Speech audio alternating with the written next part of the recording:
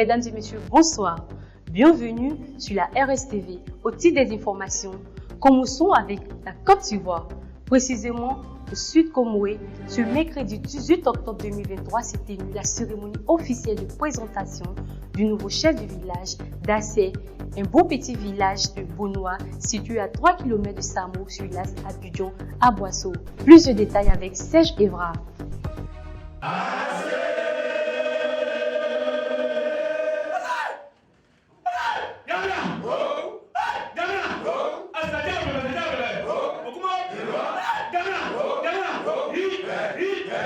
Prévu pour 9h à la chefferie d'Assé, c'est aux environs des 10h que débute la cérémonie officielle avec les civilités qui sied en pareilles circonstances. C'est le porte-parole d'Aïman, M. Adjourfou, qui fait l'annonce sur instruction de Oula Misankakou Venance, roi des Abourés et Ivé des Bonois. Après plusieurs tractations avec les grandes familles qui ont la gestion du village d'Assé, sans oublier les populations allogènes du dit village qui a arrêté le choix de Nana Noubou Kadjo Antoine. Il faut rappeler que depuis le rappel à Dieu de Nana Bosso Rognien, les rênes du pouvoir à Assé sont dorénavant confiées à un chef suprême qui aura la lourde charge de préserver la destinée de ce beau petit village à quelques encablures de Samo. La cérémonie s'est déroulée en présence des Oumans, de la notabilité des 3 générations et les grandes familles d'Assé. À la fin de la présentation officielle du nouveau chef d'Assé, voici les sentiments des populations. Je pense bien que depuis le décès de Feu Nana Bosso Rognien, et les tractations ont commencé quant au remplacement et de celui qui va prendre la destinée du village. Et donc ça a duré presque un an. Aujourd'hui, c'est chose faite. Et comme la notabilité avait prévu de présenter ce matin le nouveau chef à la population, et je pense que c'est une grande chose, c'est quelque chose qui nous va droit au cœur et c'est pour la cause pour laquelle même nous sommes là ce matin.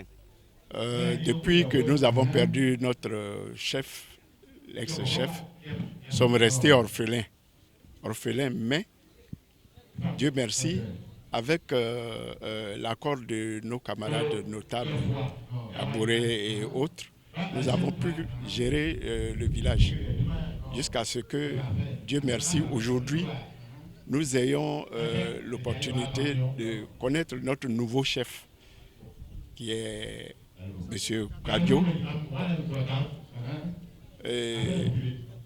Le sentiment que nous avons aujourd'hui, c'est la joie. Nous n'avons que la joie dans le cœur, parce que aujourd'hui, nous avons un nouveau père qui va nous aider à diriger le village. C'est par un partage de repas que la cérémonie a pris fin. Toujours en Côte d'Ivoire, par le sport. Les éléphants sont très attendus lors du tournoi continental qui se joue à domicile, avec en ligne de mire un 3e sacre africain. Les éléphants ivoiriens sont prévenus. Chacune de leurs prestations est disséquée et abondamment commentée depuis plusieurs mois. Et ce sera le cas jusqu'au premier match de la phase de groupe de la Coupe d'Afrique des Nations, CAN, le 13 janvier 2024, face à la Guinée-Bissau à Abidjan. La Guinée équatoriale et le Nigeria étant les 2 autres adversaires lors du premier tour. Reportage avec Emmanuel. À un peu moins de 3 mois de cette échéance, très attendue dans un pays où les éléphants font partie du patrimoine national, les avis sur les derniers matchs de l'équipe entraînée par le Français Jean-Louis Gasset, nommé en mai 2022, varient. Certes, l'ambiance autour de la sélection est moins présente qu'en juin, après la lourde défaite en Zambie 3-0 lors des éliminatoires de la CAN. La Côte d'Ivoire, qualifiée d'office, y avait néanmoins pris part, incitant des supporters à exiger le départ du sélectionneur. Jean-Louis Gasset, critiqué pour ses choix tactiques, avait malgré tout conserver la confiance d'Idriss Diallo, le président de la Fédération ivoirienne de football. Depuis le sacre obtenu en Guinée équatoriale en 2015 avec le français Everina à la tête, les Pachidem n'ont pas dépassé le stade des quarts de finale lors des 3 éditions suivantes. Ils ont aussi manqué leurs 2 dernières Coupes du Monde en Russie et au Qatar. Avant la phase finale de la CAN, les éléphants doivent encore disputer 2 matchs qualificatifs pour la Coupe du Monde 2026 face aux Seychelles et à la Gambie au mois de novembre et au moins une dernière rencontre amicale dans les jours qui précéderont la compétition. Autant de rendez-vous que les supporters suivront avec un esprit critique à la mesure de leur enthousiasme.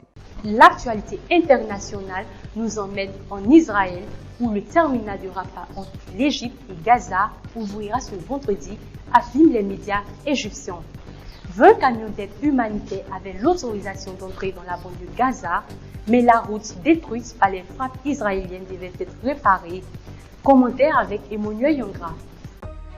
C'est une annonce attendue depuis plusieurs jours. Israël a donné son feu vert à la livraison d'aide humanitaire dans la bande de Gaza. 20 camions remplis de médicaments, nourriture et eau se rendent ce vendredi dans le sud de l'enclave. Mais le patron de l'OMS a des doutes. Il n'est pas sûr que l'aide humanitaire pourra entrer dès vendredi dans Gaza, a-t-il déclaré quasiment en même temps que l'annonce égyptienne. L'Organisation mondiale de la santé a également demandé à Israël, lors d'un point de presse à Genève, d'autoriser l'entrée de carburant dans Gaza dans le cadre de l'aide humanitaire pour alimenter les générateurs des hôpitaux et les stations de désalinisation. Une nouvelle qui survient après la visite de Joe Biden dans l'État hébreu, approuvée par le Caire dans la foulée. Le président américain a appelé à la désescalade après l'annulation d'un sommet entre les différents dirigeants des pays du Proche-Orient. Le bilan humain suite à une énorme déflagration à l'hôpital Al-Ali s'élève désormais à 471 morts selon les autorités locales.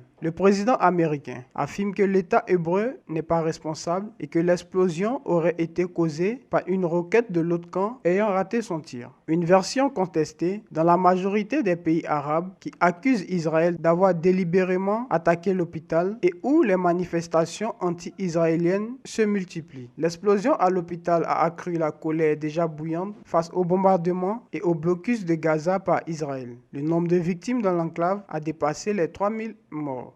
Fin de ce flash d'informations. Merci de nous avoir suivis. À bientôt pour d'autres informations.